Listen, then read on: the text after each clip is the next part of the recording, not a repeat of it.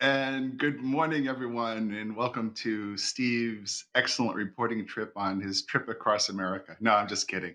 But that is an important part of today's show. But welcome to Navigate B2B. I'm your host, Steve Ferreira, and I'm CEO of Ocean Audit, of course, a global ocean freight refund consultancy company based here in beautiful Hartford, Connecticut. So I just took a road trip for the first time in over a year since the pandemic, and my eyes were wide open. I believe we are heading into an incredible reopening. So here's the deal. I decided to drive down. I wanted to reposition one of our vehicles, doing a project down there. My family's down there with some athletic training. And so I drove a vehicle from Connecticut to Florida. But I wanted to stop at a lot of the ports, right, to kind of check out the hubbub and what's happening. And I did a real kind of Americana road trip, which is really unusual, right? Because, you know, my wife will tell you I'm the biggest scaredy cat of being out, out in the masses right now. So I've got my mask on and it's like, 100 degrees down south as I'm driving. And oh my God, it's like crazy. And so I kind of have this little routine, right? When I travel, I don't know what it is, right? But you know, for years, Cracker Barrel was one of my clients, and hope they will be again soon. Cracker Barrel, please come back. But I love to stop on my road trips to Cracker Barrel. It's just something comforting about Cracker Barrel. Cracker Barrel at a road trip, right? Especially the breakfast. So I did everything I could to kind of plot my map and stop at these Cracker Barrels, and I could not believe it. I mean, I thought I'd be the only one in the place. 20, 30-minute lines. Um, just like people are coming back out. Traffic, like incredible on the highways and byways that I was on. But more telling, it's really interesting. I stayed in Virginia and Georgia on my road trip down to Florida. Hotels, unreal. I thought I'd pull in and have prime parking spaces right in front of the door. Not a chance. It reminded me of the heydays of yesteryear. It seems funny to say that, doesn't it? But every hotel I stayed at, the two or three that I stayed at, just totally sold out. Of course, the spring break, right? And uh, I would say one of the more interesting observations about my trip before we get into the show is the elevators, right? I usually am a loyal Marriott Hilton guy, right? And I didn't know anything about the elevator etiquette, right? I kind of thought, well, gee, I don't really want to get in the elevator with anyone. And so luckily, most of the time I had the elevator to myself. But these anti-maskers were on my floor, and they said they were, maybe older than me, right, in their mid 60s, early 70s. They said, "You can join us, but we don't wear masks." And it's like, why did you have to broadcast that? It was just really, really funny. So I had a lot of really interesting observations from the road trip, but it did seem really interesting about how things are blossoming and just the amount of, you know, funds and money being spent. Stopped at gas stations and food courts, and it was just. I'm so happy in a way that I see this viable, strong economic activity. And when we get into the show today, I think my road trip supports, and we're going to have, I believe that today's show is maybe one of my most brilliant concepts and an exclusive concept that I've developed for Navigate B2B for FreightWaves TV. I believe when we get into our show later on in a few minutes that I found the golden key towards how this engine has barely begun, to get started.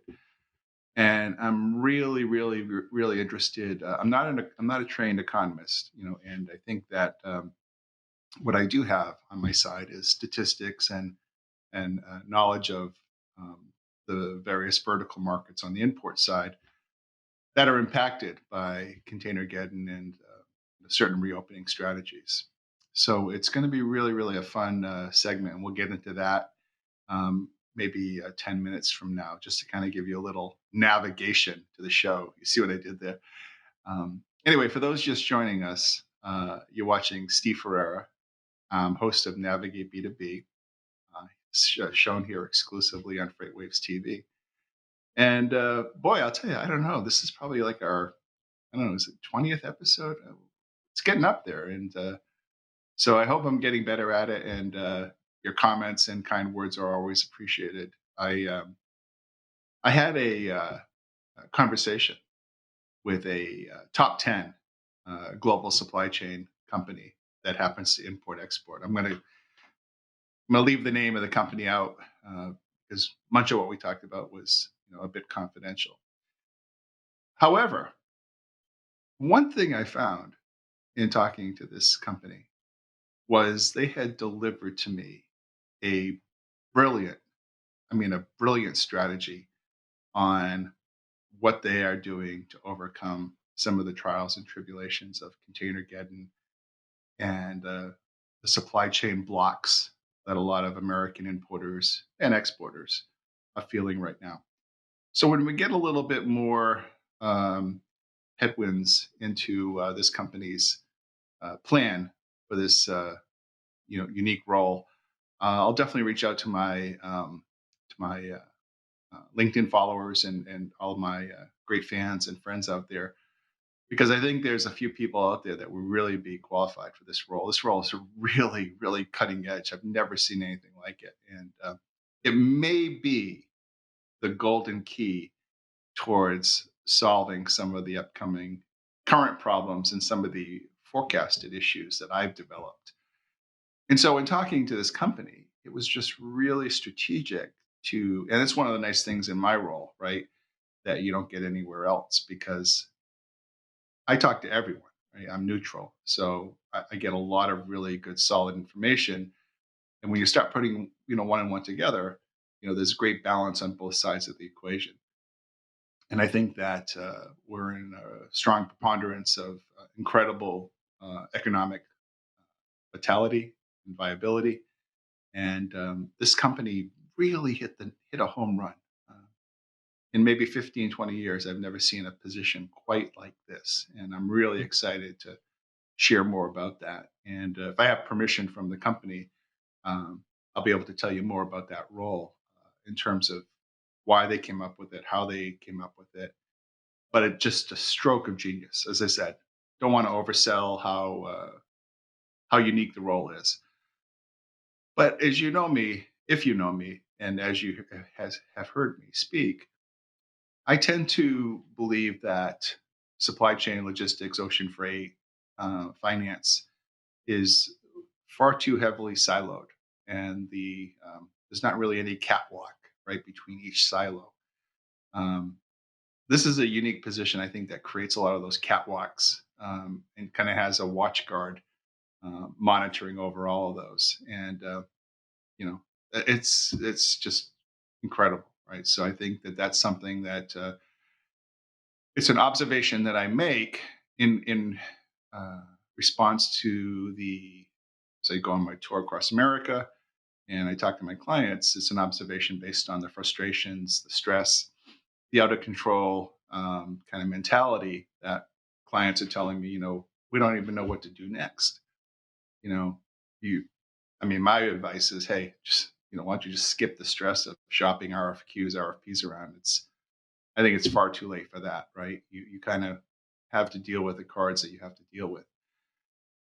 I think that we've never had this kind of volatility, right? And it's almost stock market like. I'm a big follower of the markets, and you know, um, everything can turn on a moment's notice.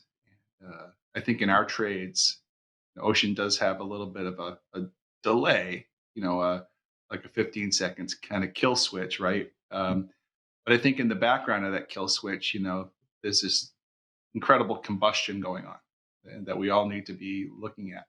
And so putting it all together as we get into the show today, I think that there are some things that clients can start, importers especially can start working on.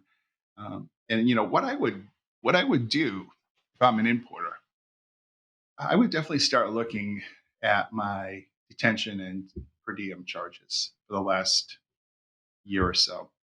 I believe there's a strong preponderance of evidence that a significant amount of those are able to be refunded. Now, what's a significant amount? If you spend 100 or 200,000 in detention per diem, I think that's it's viable to see 10%, 15% of that recovered. There's some new exciting developments that I've been monitoring. I've talked a little bit about it before at the Federal Maritime Commission level. And I do believe that there's a significant strategy that I personally have used several times that will unlock value and cash recoveries back to you. Believe it or not, along with interest. But the way interest rates are, that's not really that important, is it? So I think that that's something that clients should definitely start taking a look at is per diem billing, and start gathering materials on that. And feel free to reach out to me or me if you need more information, because nobody else is breaking this news, and I try to be the forerunner, the showrunner on this news, and I think it may be so novel and unique that no one else has caught on to it. So, again, more on that later, or just contact me through LinkedIn. I think the other issue is that you, as an importer, right, have to find a way to reverse this trend. I think that the experts have not factored in the fact that old container rates, old contract rates, are really a thing of the past.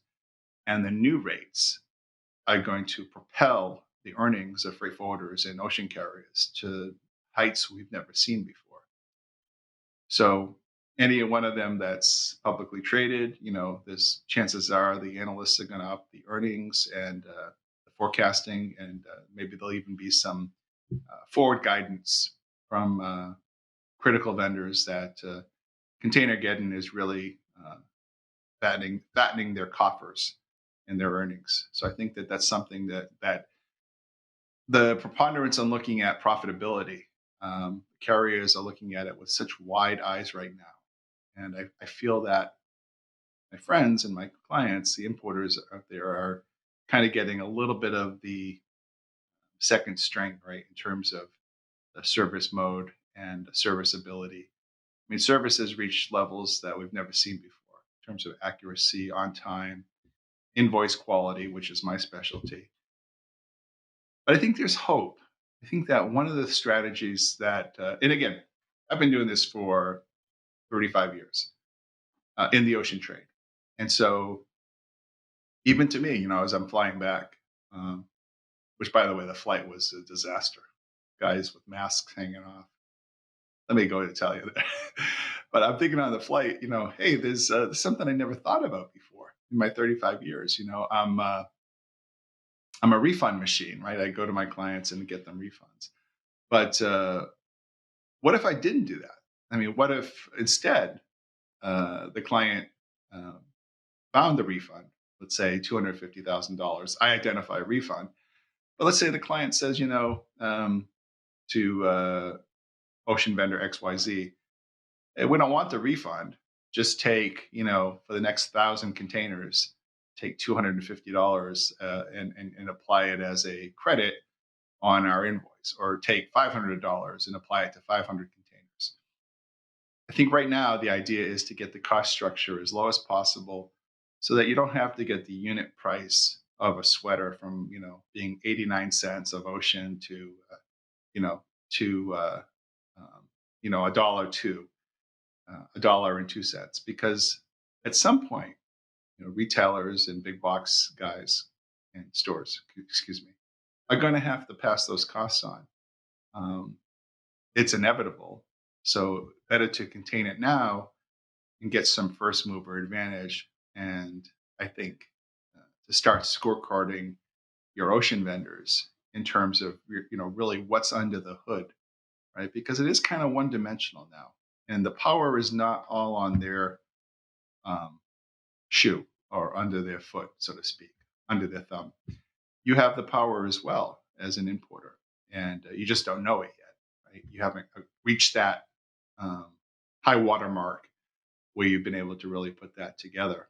And so this is a little bit of the commentary that a show like Navigate B2B here on FreightWaves TV. I'm Steve Ferrer, your host. These are some of the commentaries that we at FreightWaves believe will help you going into probably the most precious and dynamic seasons of your life. I think importers are incredibly stressed.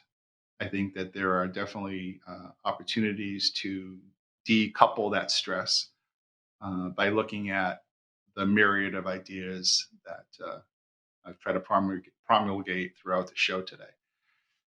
So, and I think that we start to cascade into, well, what's happening in the supply chain now that causes you to be concerned. I think that there's a couple things, right? So, I think a couple things that are starting to bother me a little bit is that I still see a preponderance of home style goods dominating today's supply chain world.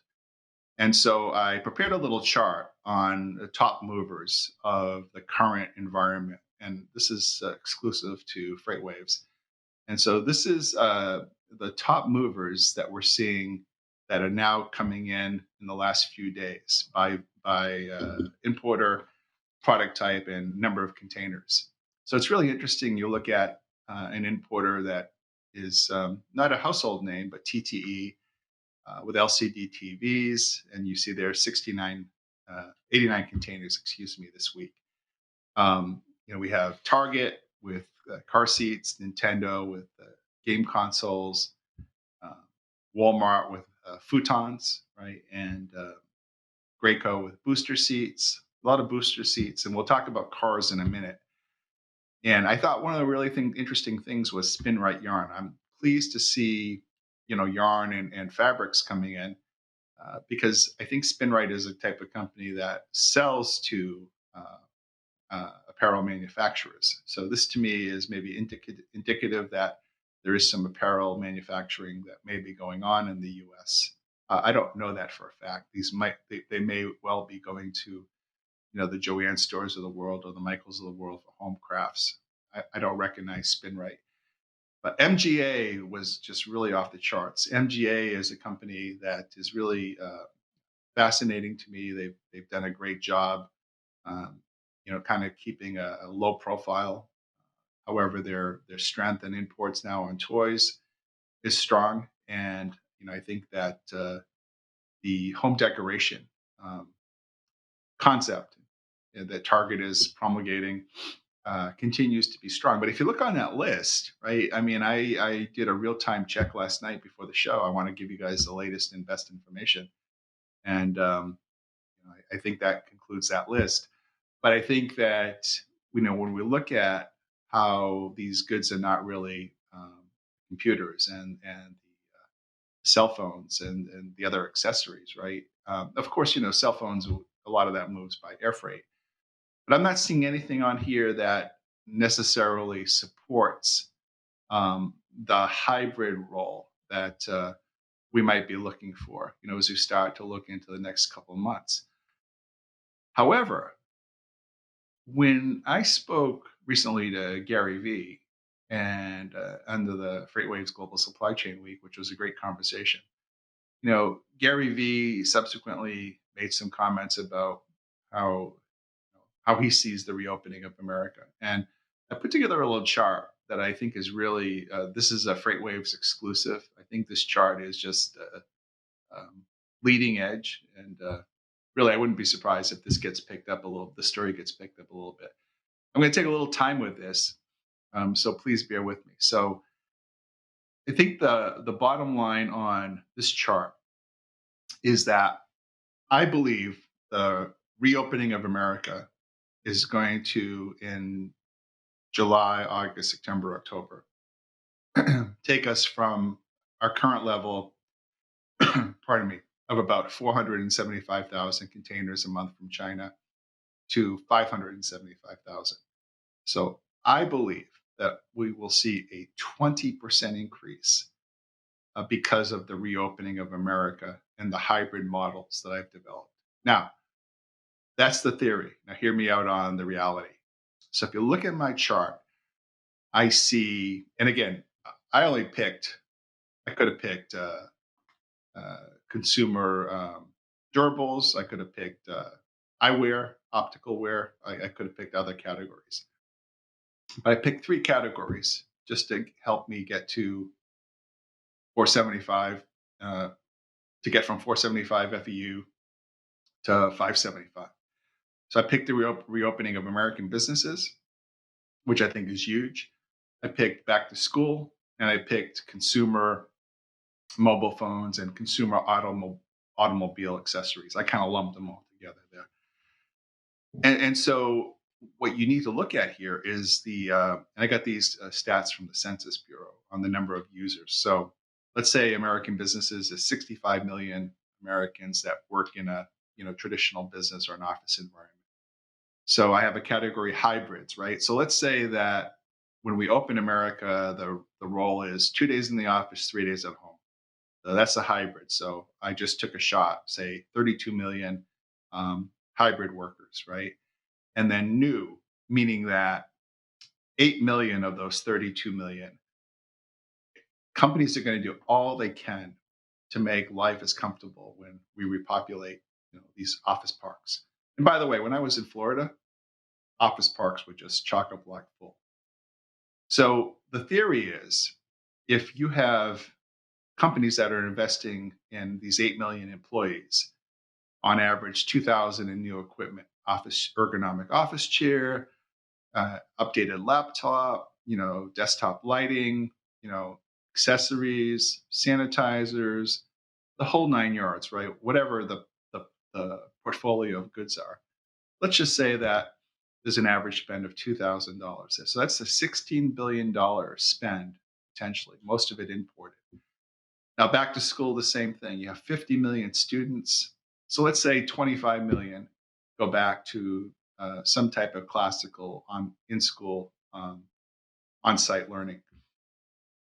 And now, again, I may be off here saying that all 25 million will have some kind of $250 purchase of clothing or accessories. But again, I just took a shot at it. Let's just say 25 million students spend $250. That adds another 6 billion to the potential of goods. And then consumer mobile phones, automobile accessories. You've got 290 million autos or individuals. Let's say the reopening is half of that, where people are going to be using their cars more for those commutes to the office. But let's say out of the 145 million, only 35 or 36 million invest $500 in new cell phones or cell phone adapters, cars. And I could make another category for tires, for example, which would be huge. But just these categories alone, if we talk about the value, right, of opening up America and the purchasing power and the stimulus, right, you've got 40 billion in potential new purchases or merchandise coming from Asia, right? Let's just kind of go with that. And so if you look at a FOB value or the container value of one container being $100,000, and again, I know I'll get letters on both sides. Well, you should use 300,000 or you should use 25,000. Well, let's just use 100,000. So if we have 40 billion in value at 100K per container per FEU, that generates an additional 400,000 FEU. And chances are, right, those forward orders are now being organized and materializing between American businesses and factories, right? So that puts another 400,000 FEUs in the supply chain, probably somewhere around July, August, September, October. And so the theory is we go from 472 thousand containers a month at present to 572 or somewhere in the mid fives. And that's a 21% increase. Now, you know, someone at, I think Greg Miller interviewed somebody. Oh, yeah, at Deutsche Bank. So Deutsche Bank made a comment, and I thought it was really interesting. They said, "You haven't seen it. You haven't seen anything yet." And I thought about that. And I said, "Holy cow, that's it. What do the analysts know that we don't know, right?" And so I put it all together, and that is your FreightWaves exclusive. I think we'll be talking about this for a little while. The amount of new containers that we're going to see coming in will make container Containergeddon 1 and Containergeddon 2 look like some bad prequel. I think the sequel to Containergeddon 2 is Containergeddon 3, and I don't know if we call it final edition because it may be the one last big gasp or push that we see before we do normalize volumes. So what does this all mean? It means that American importers are in a lot of problem, have a lot of hot water right now. Space, ports, rail cars, operations, timeliness. I say it's every man on deck, and the most viable options that you have at your disposal now are most likely your current vendors that you can work through and work with and micromanage some of the forecasting issues that Containergeddon 3 appear to be presenting. It took a little while in thought over the last 24 hours to put this episode together. But now that I did that, I really feel that I hit a home run. I think that the synergies of where clients are handling or managing their logistics and supply chain really need to start changing. They need to be focused really on the diplomacy of solving problems and being proactive and making sure that the dynamic forecasting that you have is regulated both in the morning, in the afternoon, and the early evening. So it's going to require a lot of extra communication with your vendors for you to get the space, attention, and priority that you need.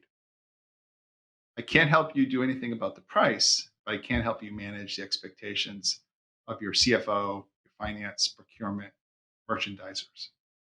When you put that all together, I think you've got a heck of an opportunity to make a name for yourself as a logistics leader, thought leader, finance leader, supply chain guru, and what's going to be the game of a lifetime. I think that we are looking at the most incredible container opportunity we've ever seen in the history of ocean shipping.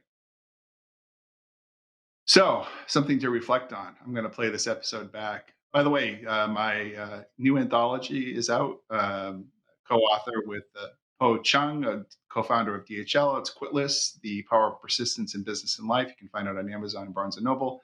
And Navigating B2B will be out this summer, my crown jewel. So from Ocean Audit here in Hartford, thank you so much for being a great audience. And please stay in touch and ask me any questions. Have a great weekend. Love you all. Cheers.